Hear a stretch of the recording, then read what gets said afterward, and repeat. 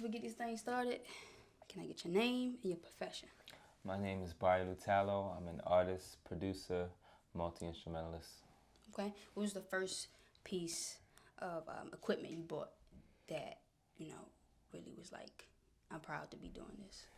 Can I give two? Mm-hmm. All right, I want to give two because the first piece of equipment that I ever got that I was really proud of was what my mom bought me, which was like a Mac computer when I was 15. I started making beats on GarageBand. And the second one is the most recent. I bought a guitar, Okay. and I'm like, it's a really, really nice guitar, and I've been doing gigs with it. And I'm super proud of it because I worked super hard to save the money to get that joint. So those two things. Okay. Yeah. Before you bought the guitar, you already knew how to play, or you're like currently learning? Oh, yeah, I knew how to play. I've been playing since I got my first computer, actually, around Okay. 15. Yeah. I'm about to say, oh, you just bought the guitar and just going up in that thing real Yeah, smooth. Okay, nah. I see. How many artists have you worked with thus far? And do you have like a goal of like how many artists you want to work with? I've worked with so many artists. I don't know the exact number. It's probably, man, I don't know. Probably like 30, 40, who knows? Like it's been a lot over the years. But I have a goal of really, I want to work with artists of all different nationalities and genres. I really want to get I've been doing a lot of Afrobeat recently, working with Afrobeat artists. I want to get into jazz, samba, all kinds of stuff, and incorporate it in hip hop, which is like my personal favorite genre. Okay. So, yeah. How many, or can you give me like your top 5 artists you work with thus far? Top five, dang. Um, my top five artists. That is a really hard one because there's so many super great artists I work with. But I would say the ones I've been working with most consistently recently has been Sean Ski. I produced a project for her somewhere out there. Go cop that. Go listen to that. Go to one of our shows when you get a chance.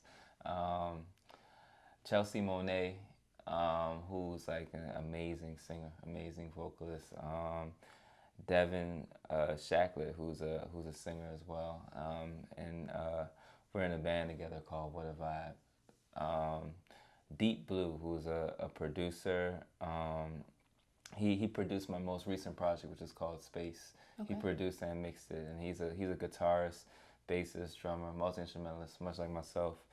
And number five, um, who else have I worked with recently? Most recently, uh, I would say Sound God.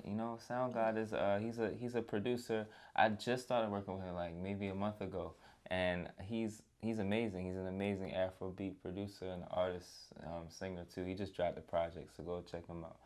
But yeah. Cool. Is it any type of music that you listen to but you don't necessarily create? So you said hip hop is like your favorite genre. Yeah. And you might be creating beats that are like hip hop, or had that hip hop feel. Is it like any other music you listen to but don't necessarily create? All the music that I listen to, I aspire to create. Okay. But I would say the music I don't create now, I've been listening to My Chemical Romance real heavy, like on some rock type stuff. And I play guitar already, so I really want to get into that. I really want to get into like fusions, mixing genres and putting them together, but not doing it in a corny way. You know what I'm saying? Make it as still like every culture that the genre comes from is represented well. Gotcha. So Now, yeah. you said you in a band. Mm-hmm. How long have you been in the band? I've been playing with What a Vibe since 2017. 5 years, yeah. So is this like rock band, alternative? It's like it's like a hip hop R&B type thing with live instruments, basically. You always wanted to be in a band? I've played in so many different bands. Okay. I played with so many different people. I'm a freelance musician, so I've been hired to play with different bands and stuff. So I've always wanted to be in a band. I've always wanted to. That was one of my main things in learning how to play instruments too, like be able to play with people. Cool. Yeah. Cool. Okay. Yeah.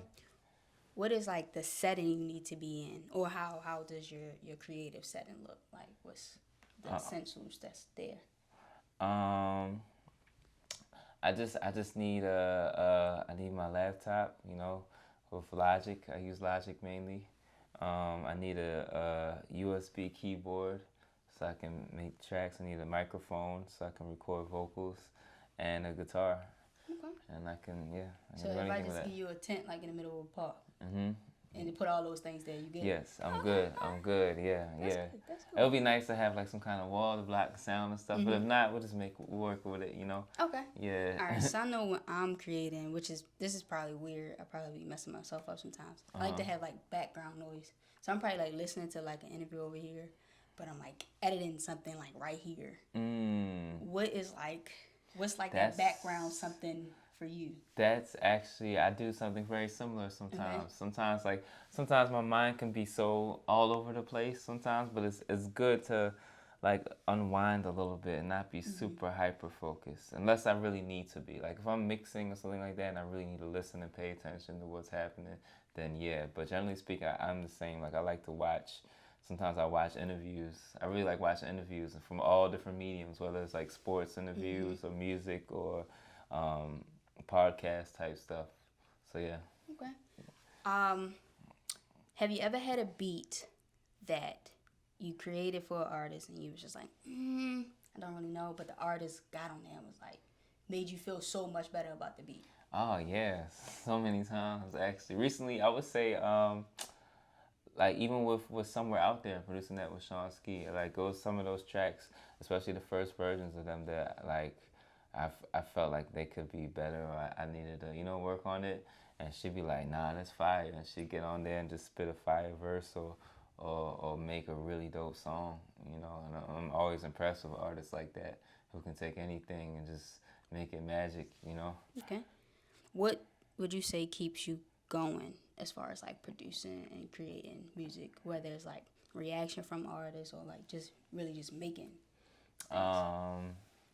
It's just in me. It's just like I just constantly have ideas, and I'm inspired by seeing other people do it and the things that they do that I can't do. I'm like, man, I need to learn how to do that.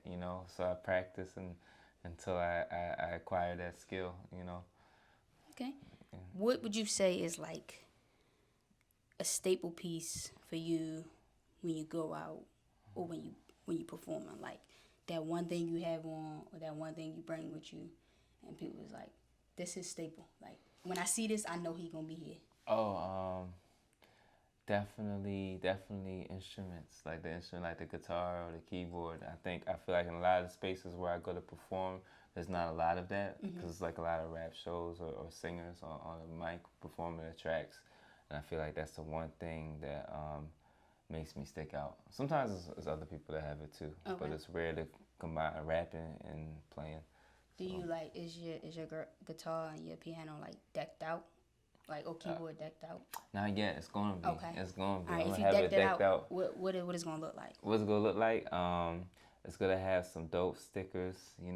It's gonna have like, I want to have like very colorful, like psychedelic patterns, especially on my guitar. I feel like cause I'm inspired by like a lot of '60s music too, like '60s rock and stuff. So definitely that.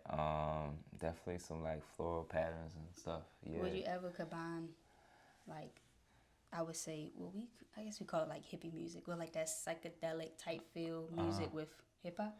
Yeah, definitely. I feel like I've done that to a degree. I definitely want to continue to do that because I love that feel, especially like the effect pedals on guitars and stuff, like Jimi Hendrix and all that, and putting that with some 808s or something, you know what I'm saying, and some trap music. I feel like, or even this drill stuff, like I feel like that'll be a wave to explore. All right, so I know you said you're an artist, so you go above and beyond the producing. Have you ever put a verse down on any of the songs or any of like beats you created? Yeah, yep. Okay. All the time. So my very first project was it's called Great Tape, and I'm rapping on it, and I wrote the songs, but I also produced all of it and played the instruments on the beats and stuff. Okay.